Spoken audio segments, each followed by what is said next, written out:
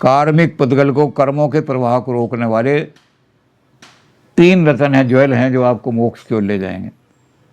तो पहला जो है हमने उल्टा शुरू किया था, क्योंकि ये चरित्र आता बाद में, लेकिन हम अब पहला वारा ले रहे हैं। पहला ज्वेल क्या है?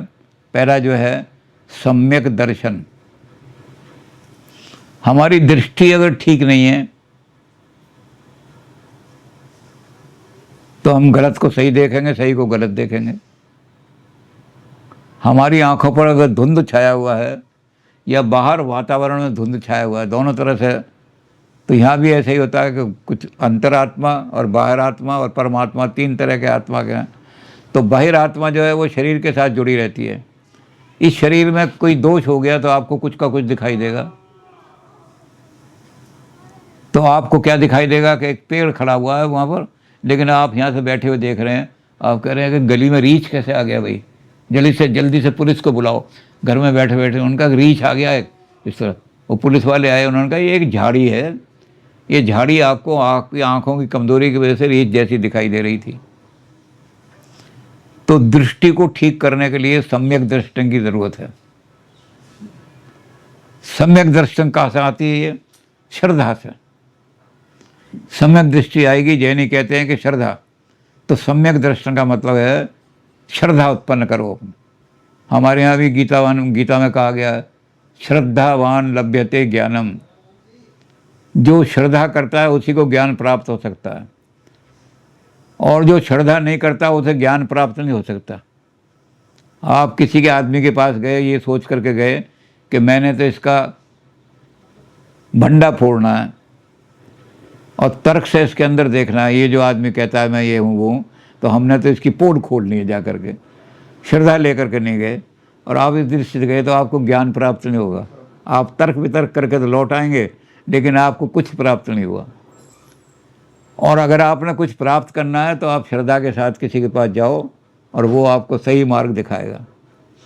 आपको अगर श्रद्धा नहीं है तो सही भी मार्ग भी दिखा रहा है तो आपको ही डाउट होगा कि कहीं ये मुझे गलत मार्ग, कहीं लूटना तो नहीं चाह रहा, मुझे गलत काम तो नहीं करवा रहा मैं चाह रहा। तो आप वो सही मार्ग भी दिखा रहा है तो आप विश्वास नहीं करोगे। तो श्रद्धा जो है ये हमारी दृष्टि को ठीक करेगी। अब ये क्या है श्रद्धा मार्ग? हमारे जितने तीर्थंकर हैं उनकी वाणी के अंदर हमारी श्रद्धा होनी चाहिए। 2 तीर्थंकर तो ऐसे हैं जिनकी वाणी उपलब्ध है। भगवान महावीर की वाणी उपलब्ध है, पार्श्वनाथ जी की वाणी उपलब्ध है। बाकी लोग जो थे, जिनको इतिहासकार तो मैथुराजी मानते हैं, लेकिन जैन ये कहते हैं कि उनकी श्रोत परंपरा थी। उन्होंने कोई चीज़ नहीं सुनाते थे अपने चेलों को, तो एक ने दूसरे को सुनाई, दूसरे ने, तो वो भी परंपरा हमारी चलती आ रही हैं। तो ये सारी परंपरा जो है हम कहेंगे कि अपने जो तीर्थंकर हैं उनकी वाणी के अंदर पूरा विश्वास होना चाहिए। अपने जो भिक्षुणी और भिक्षुएं जिनको हम श्रमण कहते हैं, और हम गृहस्थियों को उपासक कहते हैं, गृहस्थी उनकी उपासना करते हैं। तो गृहस्थी जो है उनके पास जब जाए उपासना करने के लिए तो पूरी श्रद्धा लेकर के जाए। या तो वचन सुनने के लिए जाए ही नहीं, ये जो साधु आया है तो ढोंगी है, नहीं जाते। और अगर जाओ तो श्रद्धा के साथ जाओ, बिना श्रद्धा के मत जाओ। तो सम्यक दृष्टि आपकी जो आएगी वो सम्यक दर्शन से आएगी, और सम्यक दर्शन जो है श्रद्धा से आएगा। सिद्धों में आपकी श्रद्धा होनी चाहिए, जो सिद्ध पुरुष हैं। अब इसके लिए तो आप देखो, फारसी में देखो, वहाँ फारसी में गुरु को बहुत ऊंचा, तो वहाँ फारसी में एक लिखा है उन्होंने, बमें सज्जादा रंगी कुन गरत पीरे मुगा गोयद। अगर तेरा गुरु ये कह रहा है कि कल नमाज़ पढ़ने के लिए जब आओ तो जो पवित्र आसन पे जिस तुम नमाज़ पढ़ते हो इसको शराब में भिगो के लाना, तो शराब में ही भिगो करके ले जाओ, क्योंकि गुरु उसके कारण भी तुम्हारा कुछ कल्याण करना चाहता होगा। अश्रद्धा मत करो उस पर। और क्योंकि सालिक बेखबर नाबूद अदराहो रस्म मंद।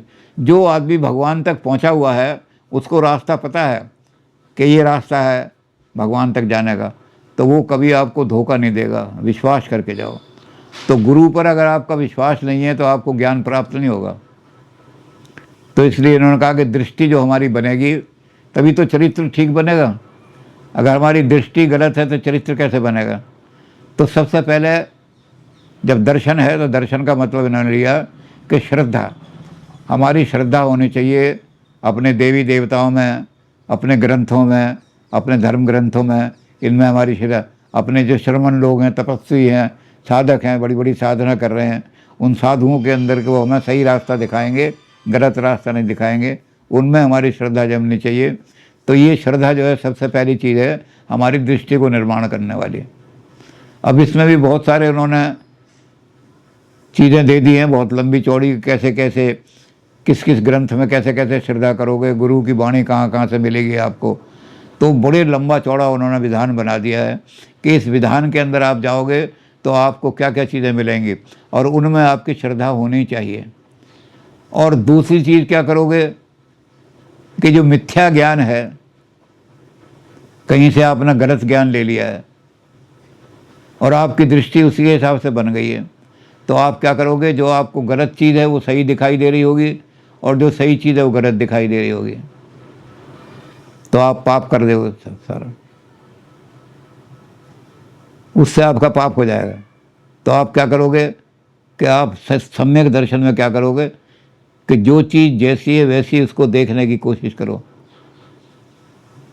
अगर वो नहीं दिखाई दे तो गुरु से पूछो, गुरु मुझे यहाँ बंदर दिखाई दे रहा है। गुरु ने कहा बंदर नहीं है, ये पेड़ का एक ठूंठ है, बंदर जैसा दिखाई देता है, तो आपकी दृष्टि ठीक हो जाएगी। तो मिथ्या ज्ञान का परिहार करो, जो मिथ्या ज्ञान इकट्ठा हो गया है। अब इसके बारे में एक बार प्लेटो के पास लोग आए। वो पहले प्लेटो वाले लोग जो थे वो सोफिस्ट, जो उनके ओरेकिल थे, यानी जनरल एजुकेशन जहाँ मिलती थी वहाँ ओरेकिल में पढ़ते थे, और यहाँ एकेडमी के अंदर उनको अध्यात्म ज्ञान दिया जाता था। तो वो संसार में भौतिकवाद में इतने फंस गए थे, बिल्कुल कींच में जैसे, तो कीचड़ में फंस गए थे वो। तो प्लेटो की एकेडमी में आए कि हम तो संसार की दलदल में फंस गए, हमें किसी तरह निकालो, आपकी एकेडमी में हम आ रहे हैं, शुल्क कितना लोगे? तो उसने कहा तुम पहले पढ़ते थे क्या? कहते हाँ जी वहाँ पढ़ते थे, हम ओरेकिल में पढ़ते थे। तो उसने कहा तुमसे 5 शिलिंग यानी 25 रुपये शुल्क लिया जाएगा। तो एक कहने लगा मैं वहाँ कभी नहीं गया, मैं तो, उन्होंने कहा तुम्हें हम ज्ञान नहीं बेचते, नहीं हम किसी को पढ़ाने का पैसा नहीं लेते एकेडमी में, ज्ञान बेचने की चीज़ नहीं होती, इसलिए तुम्हें हम फ्री पढ़ाएंगे। तो वो जो थे उन्होंने कहा कि जी ये क्या मतलब है कि हमसे तो आप 25 रुपये लोगे, इसको आप फ्री पढ़ाओगे। तो प्लेटो ने कहा हम ज्ञान को नहीं बेचते, ज्ञान देने का पैसा नहीं ले रहे, हम ना लेंगे कभी, क्योंकि एकेडमी के अंदर फीस नहीं ली जाती। एकेडमी इस बात को मानती चलती है कि ज्ञान बाज़ार में बिकने वाली कमोडिटी नहीं है। तो कहते हैं हम ज्ञान देने का कोई पैसा नहीं ले रहे, तुमसे भी नहीं लेंगे। ये 25 रुपये इसलिए ले रहे हैं, गलत ज्ञान जो आपको उन्होंने दे दिया है उस मल को साफ करने के लिए। जिसको हमने भंगी को नौकर रखना है मल साफ करने के लिए, तो उसे तनख्वाह देनी पड़ेगी। तो जो तो आपके मिथ्या ज्ञान आपके अंदर भर गया है, पहले उस ज्ञान को साफ करेंगे, तब आपको सही ज्ञान देंगे, उसका कोई पैसा नहीं लेंगे। तो जब आपका मल साफ हो जाएगा 25 रुपये में, तो फिर हम आगे पढ़ाने का कोई पैसा नहीं लेंगे। तो यहाँ भी है कि मिथ्या ज्ञान आदमी को दुखी करता है, पाप की तरफ ले जाता है। 2 तरह के कर्म हैं जो आदमी करता है, एक होते हैं निवृत्ति मार्गी कर्म, एक होते हैं प्रवृत्ति मार्गी कर्म। तो प्रवृत्ति मार्गी कर्म संसार की तरफ फांसते हैं, संसार के मोह में, संसार की माया में, संसार के लोभ में, ये सारी चीज़ों में फांसने की कोशिश करते हैं प्रवृत्ति मार्गी। और निवृत्ति मार्गी कर्म जो हैं वो निकालने की कोशिश करते हैं कि वहाँ से दलदल से आपको निकाल करके ले आएँ और ऐसी जगह खड़ा कर दें। तो ये निवृत्ति कर्म जो है ये तो आपको यहाँ से मिलेंगे। जब आप प्रवृत्ति कर्म को त्याग कर दोगे तो निवृत्ति की तरफ आ जाओगे। अब ये निवृत्ति का मार्ग जैनियों ने ही दिया है, वेदों में निवृत्ति नहीं है। वेदों में जितने भी यज्ञ हैं सब सकाम हैं, किसी ना किसी कामना से यज्ञ किया जाता है। पुत्रेष्टि यज्ञ है तो बेटा मेरे पैदा हो जाए, कोई अश्वमेध यज्ञ है तो मेरा राज बढ़ जाए। उपनिषदों में आकर के जब वैदिक पीरियड के बाद उपनिषदों पे आए अंतिम में, तो उपनिषदों में वैराग की बात आई।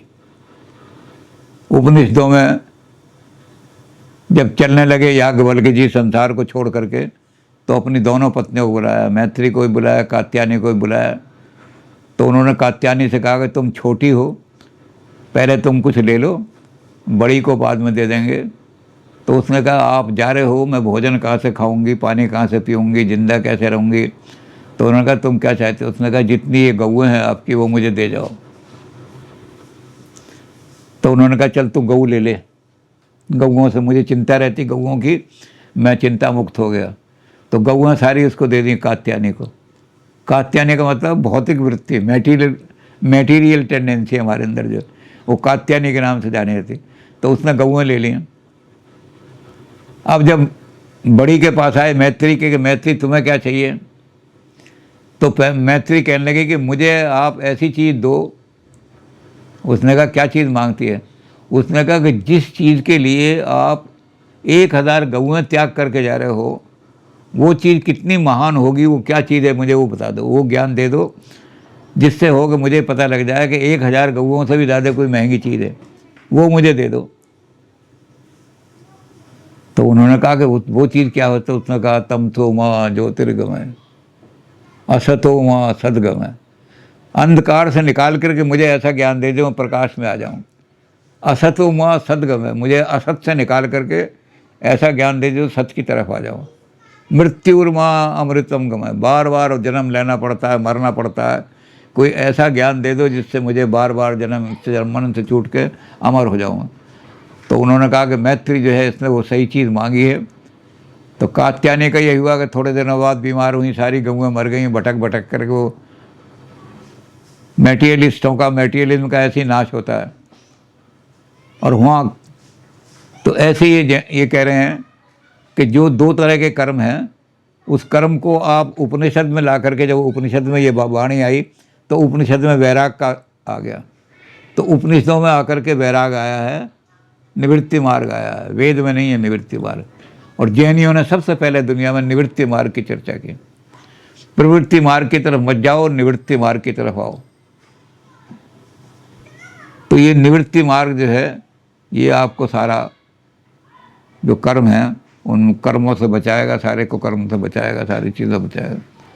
तो जैनियों ने सारा ऐसा दर्शन दे दिया कि ये सम्यक दर्शन है। अब दूसरी चीज़ उन्होंने दी कि सम्यक दर्शन, 3 रत्न बनाए ना, 3 ज्वेल्स ऑफ जैनिज्म। दूसरी उन्होंने दी कि सम्यक ज्ञान। जब आपकी दृष्टि सम्यक हो जाएगी तो आपको ज्ञान प्राप्त करने में मिथ्या ज्ञान प्राप्त नहीं होगा आपको। तो इसलिए सबसे पहला ज्ञान क्या है, इन्होंने कहा कि सबसे पहला ज्ञान ये है कि जीव में और अजीव में भेद करो। जीव चेतन है, अजीव जड़ है। आपकी बुद्धि में जड़ता आ जाएगी तो आप सब काम मूर्खता के करोगे। आपकी बुद्धि में तो जड़ और चेतन का भेद आपको पढ़ना चाहिए। पुद्गल में और जीव में, आत्मा में और मैटर में क्या भेद है। मैटर नश्वर है, बदलता रहता है, परिवर्तनशील है, और आत्मा जो है आपकी अखंड रहती है। तो पहला ज्ञान को क्या होगा सम्यक ज्ञान में कि जीव और अजीव का भेद आपको पता लग जाएगा। तो आपको सारा ज्ञान जो है, द्रव्य ज्ञान, कितने कौन कौन से द्रव्य हैं, 7 द्रव्य जो जैनियों ने बताए हैं, उनका ज्ञान प्राप्त करना पड़ेगा कि ये द्रव्य जो है, जीव द्रव्य में क्या है, जीव कितने तरह के हैं। जीव ऐसे जीव हैं, बद्ध जीव हैं, ये मुक्त जीव हैं, और बद्ध जीव में भी कौन कौन से हैं, वो ऐसे जीव हैं जो मनुष्य हैं, जो नारकी जीव हैं, नरक में पड़े हुए हैं, जो आपके तिरंच जीव हैं, कीड़े मकोड़े पशु पक्षी हैं, और ये देवता जीव हैं। तो चारों तरफ के सारे तरह के जीवों का पता लग जाएगा कि सारे जीव क्या है, और इन जीवों का भेद पता लग जाएगा कि पुद्गल क्या है। ये पुद्गल मैटर है, एटम है, ये हमारे वो नहीं है। तो सबसे पहला ज्ञान प्राप्त करना है हमें, वो ज्ञान प्राप्त करना है जीव और अजीव का भेद पता करना है। फिर जीव और अजीव का जब आपको भेद पता लग गया, तब आप दूसरे ज्ञान, ऊंचे ज्ञान की तरफ चलोगे। और ऊंचे ज्ञान में इन्होंने विचार बहुत दिया है, विस्तार, लेकिन 5 तरह का ज्ञान बता दिया है कि 5 तरह का ज्ञान जो है वो आपको उत्कर्ष की तरफ ले जाएगा। वो सम्यक ज्ञान कहलाएगा। और जो उधर के उत्कर्ष की तरफ नहीं ले जाता, ऊंचाई की तरफ नहीं ले जाता, पतन की तरफ ले जाता है, वो सम्यक ज्ञान नहीं है, वो मिथ्या ज्ञान है। तो सम्यक ज्ञान में इन्होंने बताया कि 5 प्रकार का ज्ञान बताया इन्होंने कहा पहला तो है मति, अनुभव से जो ज्ञान प्राप्त होता है वो मति। तो पहला ज्ञान तो अपने अनुभव को ठीक रखो।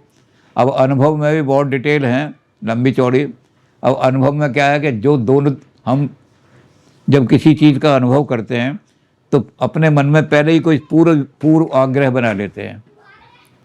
हमने मान लो ये अनुभव करना है कि मीट खाने से आदमी के हार्ट में क्या तकलीफ़ होती है, तो हमें बिल्कुल ऐसा यानी न्यूट्रल बन के 10 आदमियों पर मीट का तजुर्बा करना पड़ेगा। और हमने देखा मीट खाने से ये नुकसान होता है, तो हम अनुभव से कह देंगे मीट नहीं खाना चाहिए। अगर हम पहले ही ये कर देंगे नहीं मीट तो बुरी चीज़ होती है, तो खाएंगे नहीं, तजुर्बा ही क्या करेंगे हम। तो इसलिए अनुभव में क्या करना चाहिए कि हमें नेगेटिव और पॉजिटिव दोनों रूप देखने चाहिए।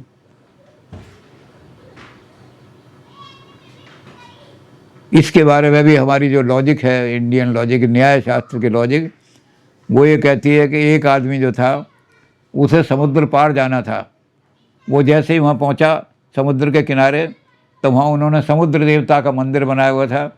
और उन्होंने उसको कहा कि जो इस समुद्र देवता में नारियल चढ़ा करके जाता है और नारियल के साथ 51 रुपये या 101 रुपये चढ़ाता है, उसकी यात्रा बड़ी सुगम हो जाती है। तो वो जो आदमी था वो तार्किक था, वो नैयायिक था। उसने उससे कहा कि पंडित जी एक बात बताओ, एक आदमी है 101 रुपया और नारियल चढ़ा गया और रास्ते में उसकी नाव डूब गई, वो क्या चिट्ठी लिखेगा आपको? और वो कैसे चिट्ठी लिखेगा कि मेरा सुगम मार्ग हो गया? और कहते एक आदमी है वो बिल्कुल विश्वास नहीं करता आपके समुद्र में देव, और उसने ना तो नारियल चढ़ाया ना 101 रुपया चढ़ाया।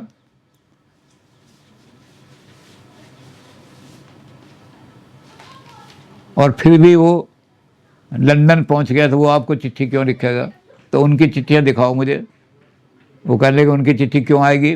तो कहने लगे पंडित जी ऐसा हो सकता है, मैं कोई निर्णय जब लूँगा कि ये जो चिट्ठियाँ आई हैं ये तो आई हैं 100 आदमियों की, और ऐसे आदमी जो नारियल चढ़ा के डूब गए वो 500 आदमी थे, और जो बिना नारियल चढ़ाए पास हो गए 500 वो थे। तो मैं उन 1000 को जब तक न देख लूँ तब तक कोई निर्णय नहीं दे सकता। तो जैनी भी ये कहते हैं कि अनुभव से, मति ज्ञान अनुभव से आता है। और अनुभव में बड़ा अपनी इंद्रियों को ठीक रखना पड़ता है, सारी इंद्रियां ठीक, आँखें खराब हैं, चश्मा का अनुभव नहीं होगा। तो पहला ज्ञान होगा, फिर अवधि ज्ञान, फिर उसके बाद श्रोत ज्ञान, श्रुति ज्ञान, उसके बाद मन पर्याय। अब पर्याय में क्या होता है कि हमने कोई बात सुनी और उसके हिसाब से हमने वस्तु बना लेते हैं। शब्द के आधार पर वस्तु का ज्ञान करना, ये पर्याय बन जाते हैं। मैं एक जगह सुन के आया, साहित्यिक गोष्ठी हो रही थी, तो साहित्यिक गोष्ठी हो रही थी कि चंद्रमा उतर आया तेरे चरणों में गिरने के लिए। अब मैं घर में जाके सोचने लगा कि चंद्रमा को कैसे उतारा नीचे, सारी जिंदगी लगा दी चंद्र। तो लोगों ने कहा कि वो मन पर्याय था, ये गलत ज्ञान हो गए थे, तो पर्याय है, शब्द से अर्थ नहीं बनते।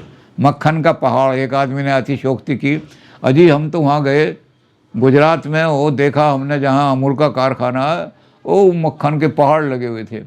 अब वो मक्खन का पहाड़ ढूंढने के लिए गया तो हिमालय में मक्खन का पहाड़ नहीं मिला, तो कहीं और गया, कहीं और, सारी दुनिया में भटक के बाद आया कि तो मुझे तो कहीं मिला नहीं मक्खन का पहाड़। उन्होंने कहा ये पर्याय है, शब्द के आधार पर आपने वस्तु बना ली, ऐसी मिथ्या ज्ञान बन जाते हैं, तो पर्याय बन गया। तो मन पर्याय से भी ऐसा ज्ञान प्राप्त होता है, तो इस पर्याय को हटा दो, सच्चा ज्ञान प्राप्त हो जाएगा। और सबसे बड़ा ज्ञान है केवली ज्ञान। केवली ज्ञान कभी मिथ्या नहीं होता। केवली ज्ञान जब आत्मा परिशुद्ध हो जाती है तो उसको अनंत ज्ञान, अनंत आनंद, अनंत वीर्य, अनंत दर्शन, ये सारे हो जाते हैं। तो 5 तरह की हमें, ये सम्यक ज्ञान में 5 तरह का ज्ञान हमें प्राप्त होना चाहिए। जब ये ज्ञान प्राप्त हो जाएगा तो हम क्या करेंगे कि इस ज्ञान से हम दृष्टि को संभालेंगे, और दृष्टि से ये ज्ञान आएगा, ये एक दूसरे के अन्योन आश्रित हो जाएंगे। सम्यक ज्ञान होगा तो हमारी दृष्टि कभी भटकेगी नहीं। अब हमें ज्ञान हो गया कि भौतिक वस्तुएं संसार के अंदर नष्ट होने वाली हैं, नित्य और अनित्य का भेद पता लग गया। तो अगर हमने ज्ञान प्राप्त कर लिया इनका, तो फिर हमारी दृष्टि हमेशा इस तरह से देखेगी। और यह हमने पहले दृष्टि देख ली तो फिर हमें ज्ञान इसका हो जाएगा कि ये हमें चीज़ नहीं रखनी, हमें और ऐसी चीज़ रखनी है जो इत्र रहने वाला।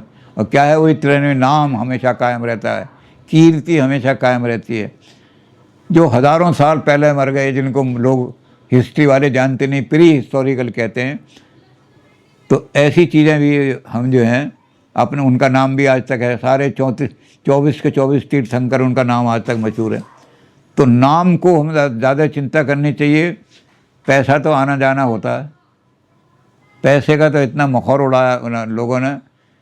जो गंग कवि हैं उन्होंने तो बड़ी, बिहारी जो हैं वो श्रृंगार रस के कवि हैं, उन्होंने कह दिया कि बिहारी ने कि लक्ष्मी अब ऐसी हुई कि कभी टिके ना, कभी कहीं नहीं टिकते है, तो क्यों नहीं टिकती? तो उसने कहा पुरुष, लक्ष्मी कभी टिकती नहीं किसी घर, तो पुरुष पुरातन की बधू क्यों ना चंचला हो।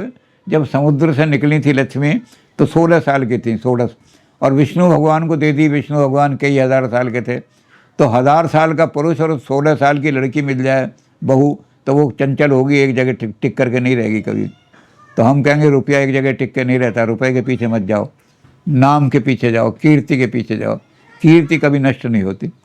तो जब हम उस लेवल पर पहुंच जाएंगे तो हमें केवली ज्ञान हमारा तीनों काल का ज्ञान करा देगा। और जब तीनों काल का ज्ञान प्राप्त हो जाएगा तो हम कभी नहीं भटकेंगे। तो ये 3 रतन जब हम पालन कर लेंगे अपने यहाँ, सम्यक दर्शन, सम्यक ज्ञान और सम्यक चरित्र, इनको जब, क्योंकि चरित्र हमने पहले इसलिए, हालांकि उन्होंने तीसरे नंबर पर रखा है, वो कहते हैं सम्यक दर्शन और सम्यक ज्ञान के बाद चरित्र बनता है। तो हमने पहले इसलिए किया कि चरित्र ज़्यादा महत्वपूर्ण है। तो ये 3 हमने जैनियों के रख दिए कि ये जैनियों के 3 जो हैं, ये 3 रतन दुनिया को जैनियों ने जो दिए हैं, ये बड़े महत्वपूर्ण हैं। आज भी संसार उन्हीं के पीछे भाग रहा है।